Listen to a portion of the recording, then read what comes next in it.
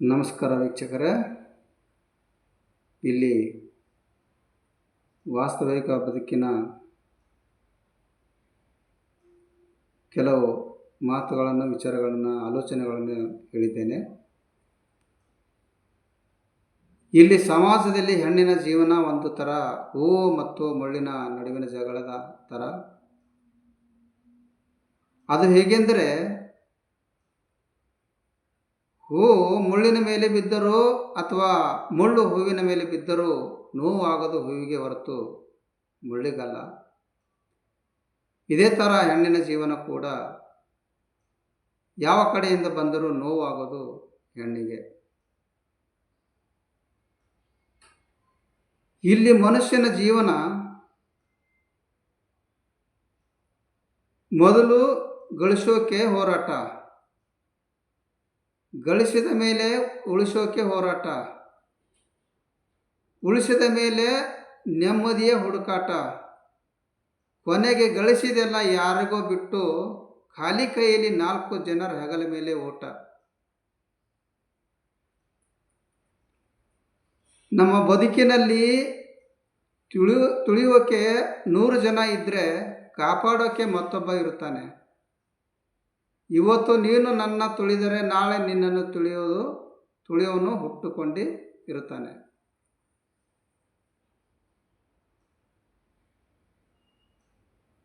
ಇಲ್ಲಿ ನಮ್ಮ ಜೀವನದಲ್ಲಿ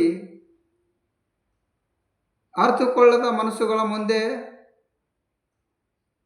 ಎಷ್ಟೇ ಅರಚಿಕೊಂಡರೂ ಪ್ರಯೋಜನವಿಲ್ಲ. ನಮ್ಮನ್ನು ಅರಿತುಕೊಳ್ಳುವರು ನಾವು ಮೌನವಾಗಿದ್ದರೂ ಅರಿತುಕೊಳ್ಳಬಲ್ಲವರು.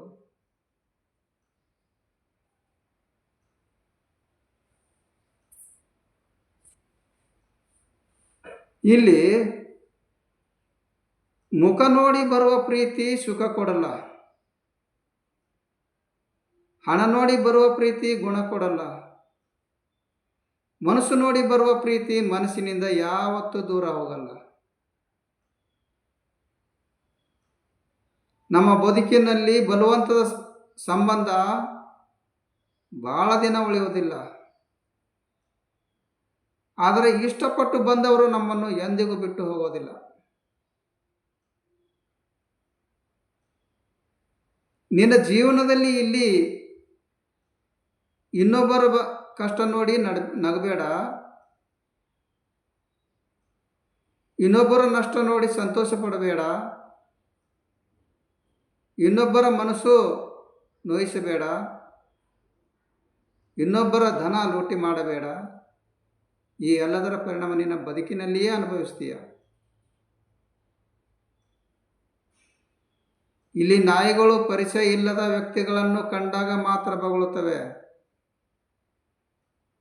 ಆದರೆ ಕೆಲವು ಮನುಷ್ಯರು ಹಾಗಲ್ಲ. ನಮ್ಮ ಜೊತೆ ಇದ್ದು ನಮ್ಮ ಬಗ್ಗೆ ಎಲ್ಲ ತಿಳಿದೆ ನಮ್ಮ ಬೆನ್ನ ಹಿಂದೆ ಕೆಟ್ಟದಾಗಿ ಬೊಗಳಿಕೊಂಡು ಓಡಾಡುತ್ತಿರುತ್ತಾರೆ. ಈ ಸಮಾಜದಲ್ಲಿ ನರ ಇಲ್ಲದ ನಾಲಿಗೆ ಇದೆ ಅಂತ ಬಾಯಿಗೆ ಬಂದಂತೆ ಇನ್ನೊಬ್ಬರ ಯೋಗ್ಯತೆ ಬಗ್ಗೆ ಬೊಗಳಬೇಡಿ. ನಿಮ್ಮ ಮಾತು ನಿಮ್ಮ ಯೋಗ್ಯತೆ ತೋರಿಸುತ್ತದೆ, ಮರೆಯಬೇಡಿ. ನನ್ನ ಬಗ್ಗೆ ನನ್ನ ಹಿಂದೆ ನೀನು ಕತೆ ಹೇಳಿದರೆ ನಿನ್ನ ಹಿಂದೆ ನಿನ್ನ ಬಗ್ಗೆ ಬೇರೊಬ್ಬರು ಕಾದಂಬರಿನೇ ಬರೀತಾರೆ. ನೆನಪಿರಲಿ, ಕಾಲ ಯಾರನ್ನು ಸುಮ್ಮನೆ ಬಿಡುವುದಿಲ್ಲ. ಇಲ್ಲಿ ಸಮಾಜದಲ್ಲಿ ಕೆಲವು ಸಂಬಂಧಗಳೇ ಹೀಗೆ, ನಮ್ಮನ್ನು ಬಹಳ ಹಚ್ಚಿಕೊಂಡಿರೋ ಥರ ಇರ್ತಾರೆ. ಆದರೆ ಅವರಿಗೆ ಬೇಕಾದರೂ ಸಿಕ್ಕಾಗ ನಮ್ಮನ್ನು ಕಡೆಗಣಿಸಿ ಬಿಡುತ್ತಾರೆ. ಹೇಗಿದೆ ಪ್ರಪಂಚ? ಪರಿಚಯವಾದ ಹೊಸದರಲ್ಲಿ ತುಂಬ ಪ್ರೀತಿ, ತುಂಬ ಕಾಳಜಿ ವಹಿಸುತ್ತಾರೆ. ಆದರೆ ಅದೆಲ್ಲ ಕೊನೆಯವರೆಗೂ ಇರಲ್ಲ. ನಮ್ಮ ಅವಶ್ಯಕತೆ ಏನೂ ಇಲ್ಲ ಅಂತ ಗೊತ್ತಾದರೆ ನಮ್ಮನ್ನು ಮಾತಾಡಿಸುವುದೇ ಅವರಿಗೆ ಸಮಯ ಇರುವುದಿಲ್ಲ. ಇಲ್ಲಿ ಅವಶ್ಯಕತೆ ಇದ್ದಾಗ ಮಾತ್ರ ನಮ್ಮನ್ನು ನೆನಪು ಮಾಡುವರೇ ಬುದ್ಧಿವಂತರು.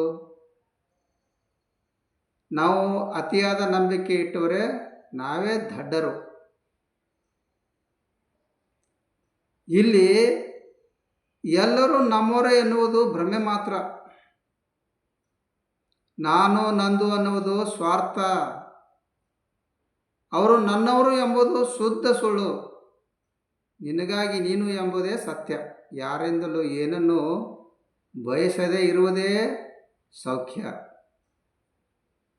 ಇದೇ ನಿಜವಾದ ಜೀವನ. ಯಾರ ಜೊತೆ ಎಷ್ಟರ ಮಟ್ಟಿಗೆ ಇರಬೇಕೋ ಅಷ್ಟರ ಮಟ್ಟಿಗೆ ಮಾತ್ರ ಇರಬೇಕು. ಎಲ್ಲರೂ ನಮ್ಮವರು ಎಂದುಕೊಂಡು ಒಳ್ಳೆತನಗೋಸ್ಕರ ಏನಾದರೂ ಮಾಡಿದರೆ ಕೊನೆಗೆ ನಾವೇ ಕೆಟ್ಟವರಾಗುತ್ತೇವೆ. ಎಲ್ಲಿಯವರೆಗೆ ಎಲ್ಲವನ್ನು ಸಹಿಸಿಕೊಂಡು ಸುಮ್ಮನಿರುತ್ತೀರೋ ಅಲ್ಲಿವರೆಗೆ ನಾವು ಎಲ್ಲರಿಗೂ ಒಳ್ಳೆಯವರಾಗಿಯೇ ಇರುತ್ತೇವೆ. ಒಂದು ವೇಳೆ ಅನುಭವಿಸಿದ ಅನ್ಯಾಯವನ್ನು ಬಾಯಿ ಬಿಟ್ಟೆವೋ ಆಗ ಎಲ್ಲರಿಗಿಂತ ಹೆಚ್ಚು ಕೆಟ್ಟವರಾಗುತ್ತೇವೆ. ಕಾಡುವ ಬಡತನ ನಾಳೆ ಹೋಗಬಹುದು. ಇಲ್ಲದ ಸಿರಿತನ ಮುಂದೆ ಬರಬಹುದು. ಆದರೆ ಕಳೆದುಕೊಂಡ ನಂಬಿಕೆ, ವಿಶ್ವಾಸ, ಪ್ರೀತಿ ಮತ್ತೆ ಬರುವುದಿಲ್ಲ. ಬದುಕು, ಜೀವನದ ಆರಂಭ ನಮ್ಮ ಕೈಯಲ್ಲಿ ಇಲ್ಲ. ಎಲ್ಲಿಯೋ ಏನೋ ನಮಗೆ ತಿಳಿಯುವುದಿಲ್ಲ. ಜೀವನದ ಅಂತ್ಯವೂ ನಮ್ಮ ಕೈಯಲ್ಲಿಲ್ಲ. ಹೇಗೋ ಏನೋ ನಿರ್ಧರಿಸಲಾಗೋದಿಲ್ಲ. ನಡೆಯಿರುವ 4 ದಿನ ಮಾತ್ರ ನಮ್ಮದಾಗಿರುವಾಗ ಇನ್ನೊಬ್ಬರಿಗೆ ಕೆಡುಕು ಬಯಸಿ ಬದುಕುವುದು ಬೇಡ. ಅದ್ಭುತವಾದ ಬದುಕು ಕಟ್ಟಿಕೊಳ್ಳಲು ಒಂದು ಕಡೆ ಕಷ್ಟಗಳು ಇರಬೇಕು. ಹಾಗೆ ಇನ್ನೊಂದು ಕಡೆ ನಂಬಿಕೆಗಳು ಇರಬೇಕು. ಏಕೆಂದರೆ ನಮಗೆ ಕಷ್ಟಗಳಿಗೂ ಪಾಠ ಕಲಿಸಿದರೆ ನಂಬಿಕೆಗಳು ಶಕ್ತಿ ತುಂಬುತ್ತವೆ. ಜಗತ್ತು ಬದಲಾಗಲಿ ಎಂದು ಆಶಿಸುವುದು ತಪ್ಪಿಲ್ಲ. ಆದರೆ ಅದಕ್ಕಾಗಿ ಕಾಯುತ್ತಾ ಕೂರುವುದು ಅರ್ಥಹೀನ.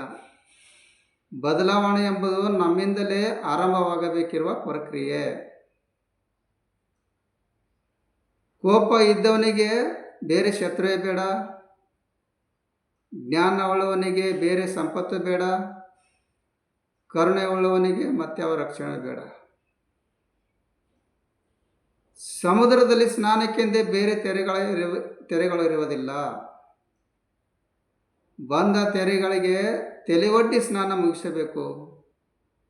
ಹಾಗೆ ಬದುಕಿನಲ್ಲಿ ಖುಷಿಗೆಂದೇ ಬೇರೆ ದಿನಗಳಿರುವುದಿಲ್ಲ. ಎಲ್ಲ ದಿನದಲ್ಲೂ ಖುಷಿ ಪಡಲು ಸಾಧ್ಯವಿದೆ. ಅದನ್ನು ಅನುಭವಿಸುವ ಮನಸ್ಸು ನಮ್ಮದಾಗಿರಬೇಕು. ಎಲ್ಲ ಗೊತ್ತಿದ್ದು ಗೊತ್ತಿಲ್ಲದಂತೆ ಇದ್ದು ಬಿಡು. ಅರ್ಥ ಮಾಡಿಕೊಂಡವರು ಜೊತೆಯಲ್ಲಿ ಉಳಿಯುತ್ತಾರೆ, ಮತ್ತು ಅನುಮಾನ ಪಟ್ಟವರು ದೂರ ಸರಿದು ಹೋಗುತ್ತಾರೆ. ಧನ್ಯವಾದಗಳು. ಈ ವಿಡಿಯೋ ಇಷ್ಟ ಆದರೆ ಲೈಕ್ ಮಾಡಿ, ಶೇರ್ ಮಾಡಿ, ಸಬ್ಸ್ಕ್ರೈಬ್ ಮಾಡಿ.